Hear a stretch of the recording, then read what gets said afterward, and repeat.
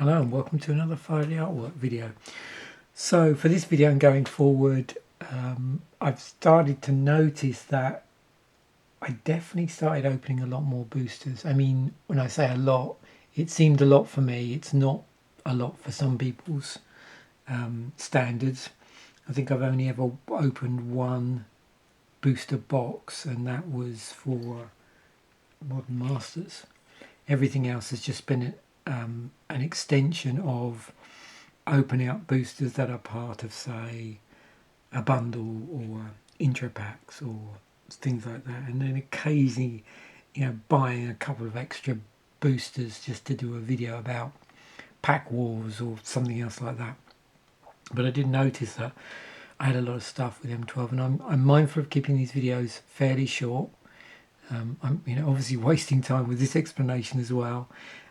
So I've opted to just take about 3 cards from each of the colours at the higher rarities, and then 2 each of the lower rarity cards, and make sure I include in that any mythics I pulled. And obviously I'm choosing cards because I think they have interesting backgrounds to them in terms of what might be going on and the sort of things that you might see as a result of the cards being increased in size and being projected onto a TV screen and things like that. So let's start off with Aegis Angel. So here, I don't know how clear, it should be relatively clear at this magnification. These are actually, birds here in the background, which I'm assuming this is some sort of, I'm not sure what this is. Maybe it's an item of clothing or the end of a flag or something, but anyway. Yeah. This one I thought had really interesting lighting and wind stuff going on. Clearly whatever it is, like the light and the wind is coming in from this side and seems to be selectively illuminating areas. I don't know quite what this is down here in the shadows. Also interesting style of buildings as well here. This is mythic actually. Day of Judgment.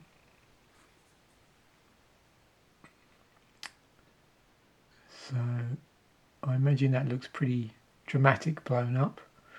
Excuse the pun. So yeah, you can see just all the rays emanating from this central point, the point of judgment. Jace, Memory Adept. So yeah, with Planeswalkers are always interesting because prior to the Eldrazi, I think they were the only cards where they sort of extended the artwork beyond the borders, and also did something a little bit funky with the inner frame as well. Obviously they've done full artwork because we had the full artwork lands in earlier sets, but yeah, it's interesting that seemed to come in around the time of they were doing the first run of Planeswalkers. Illusions were a thing in the set, and I did want to take a look at a couple. I've got a couple of illusions in here because I was just interested in seeing the artwork up close. Seems to be some sort of hooded figure down in here. I'm not sure if that is, or it's just my pattern matching part of my brain thinking that's a hooded figure, like 2 bright eyes and a mouth. Who knows? I'm assuming this is the original and this is the illusion.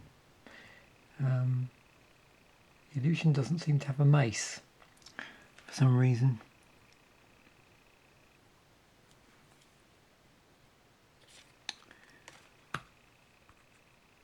Sphinx of Uthuun. Again, we've got some interesting structures here.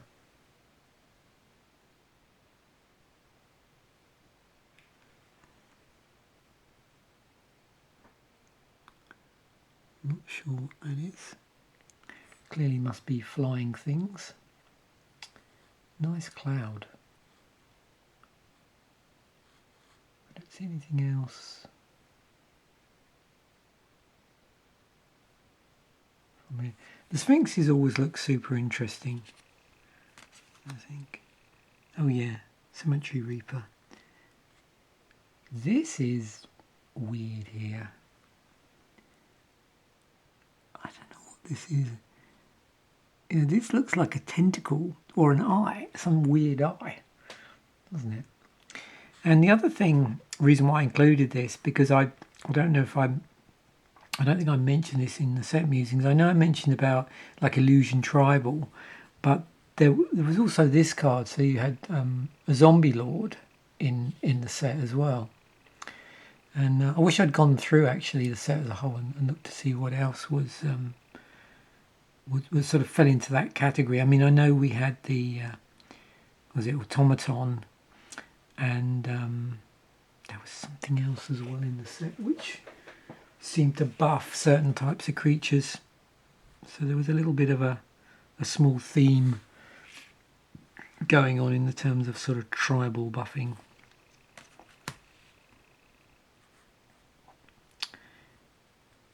Oh yeah, this is Rune-Scarred Demon, and as I sort of looked closely at this, it's a bit of a dramatic pose there, I think. Either that or Rune-Scarred Demon is having a bit of a sort of dance-off. Maybe it's Dance-Off Demon. Maybe it's having a... Oh yeah, maybe it's having a dance-off with Sutured Ghoul. Look at that. It's another dramatic pose.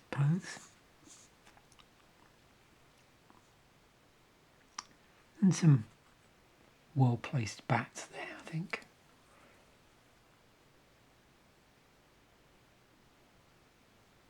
Sutured Ghoul is definitely pretty ripped in more ways than one. Grim Lava Monster was in here as well. And when I was looking at this earlier, I couldn't tell whether these were in... You know, it's like anything. When you have these like lava shapes or cloud shapes or areas of darkness on these cards, it's easy to... Either your brain tricks you into thinking, or it's just, you know, again, pattern matching kicking in. What you think is there. Like here, this looks like someone looking out from whatever this is, their cape, like a little head peering out. This looks like, to me, a little face with a funny little hat on it. And this looks like some sort of dragon head. But I don't think it is. I think it's just the shape of the lava and what those shapes, you know, I associate with them with stuff I've seen before. I always have really liked like just the look of mana barbs. I don't know what it is, but yeah, it's not a card I've ever attempted to play, and I probably first came across it in 10th edition, but I saw I'd pulled one of these and had to basically include it. I imagine this would look very nice in foil. Scrambleverse. So this was cool because it's one of those situations where when you first see the card you think it's one thing, and when you actually look up really close it's something quite different. For some reason I thought these were like nails, like tacks, you know. And then of course, obviously, when you look at what it does, yeah, they're little characters. Because Scrambleverse, for each non-land permanent, choose a player at random. Then each player gains control of each permanent for which he or she was chosen. Untap those permanents. So yeah. So you've got your little permanents here, and not nails or tacks like I thought they were. Doubling Chant. So whenever I look at this, primarily I see this here and the rhino, but obviously it's doubling Chant, so there's two rhinos. You've got your two What would these be? This is almost like foxes here. A couple of, looks like some sort of dragon back here. And then these must be two dragonfly. You can sort of see the wing with the other one. And this is obviously the caster of the spell, I'm assuming.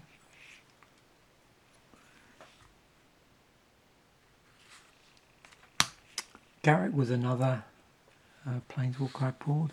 I'm basically am making a point of showing all the mythics that I pulled from the set.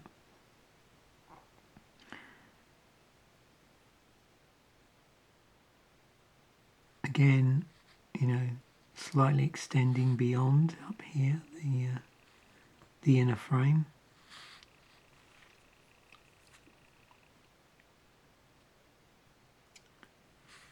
And this sort of misty wooded area. Oh, another mythic form of primordial hydra. Love this artwork.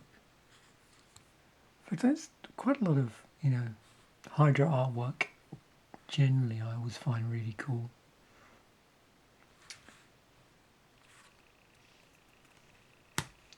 And then moving on to some colourless rares. So we've got Adaptive Automaton. I know a lot of people were very pleased when this was printed because of the flexibility in terms of tribal.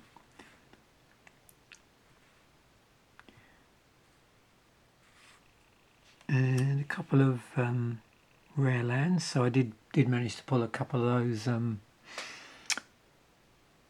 tap lands, you know, the dual lands where they enter the battlefield tapped unless you control a swamp or a mountain. And I think my favourite is probably the Rootbound Crag. I might even have a foil of this somewhere. There's probably several M12 cards that have ended up in one of my toolkits, I suspect. This one I wanted to get up close because I was curious as to what this actually is here, and I'm probably no wiser. I suspect when I come to watch this on the big screen later, it might make itself clear. This does look a little bit like a face, but my brain keeps flip-flopping between a face and like individual characters or individual creatures or whatever you want to call it. Clearly these are crystals here, one would think. And of course there's the casting wizard or whatever.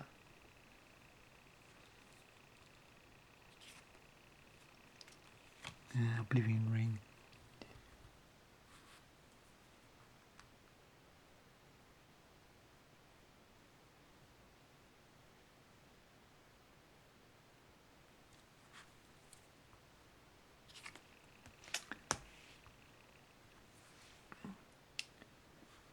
So this is a good example of a card I've never taken a really close look at, and that's Negate, and that's why it's here. So these, I'm assuming this is the person casting the spell, although it could be the person receiving it.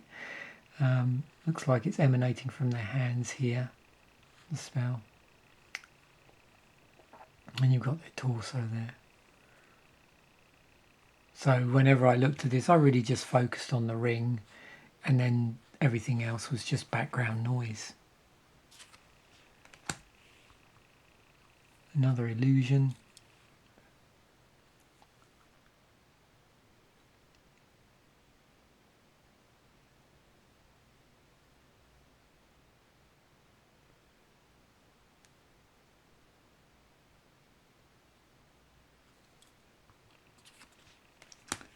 Oh, Doomblade.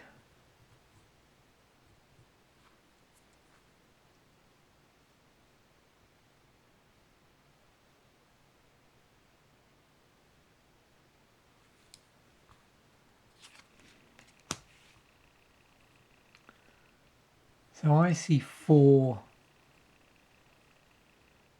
zombie type creatures here. 2 up here and 2 here. I don't think there's anything else, but it's another one I just wanted to get on camera just to see if there are any other interesting details. Again, whenever I look at this card as is, it looks, you know, just like a load of zombies mashed together a little bit. But as you get it on camera, there's a little bit more definition in things, and you can start to see extra details. Like, you know, the full moon up there, I'm assuming, and some interesting cloud formations in this building here.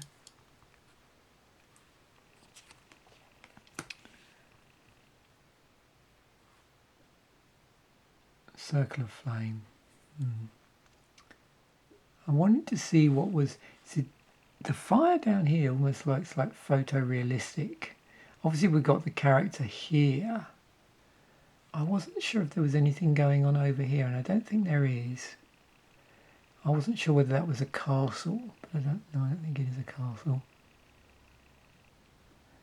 I think you've just got the flames, the rocks, and again, I'm assuming this is the caster of the cone of flame.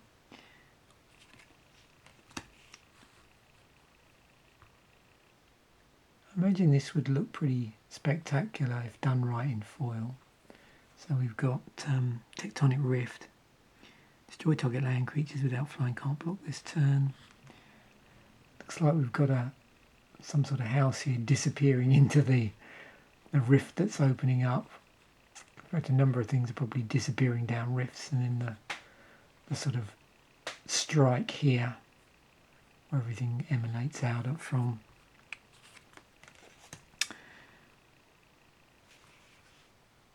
Bountiful Harvest. Now, at first I couldn't work out what this was, but clearly this is a sort of representation of these berries. As you look really close, you can sort of see the shape here, and I'm assuming that's a branch, but just obviously turned into this sunlight type. Sort of sunlight colour, whatever you want to call it.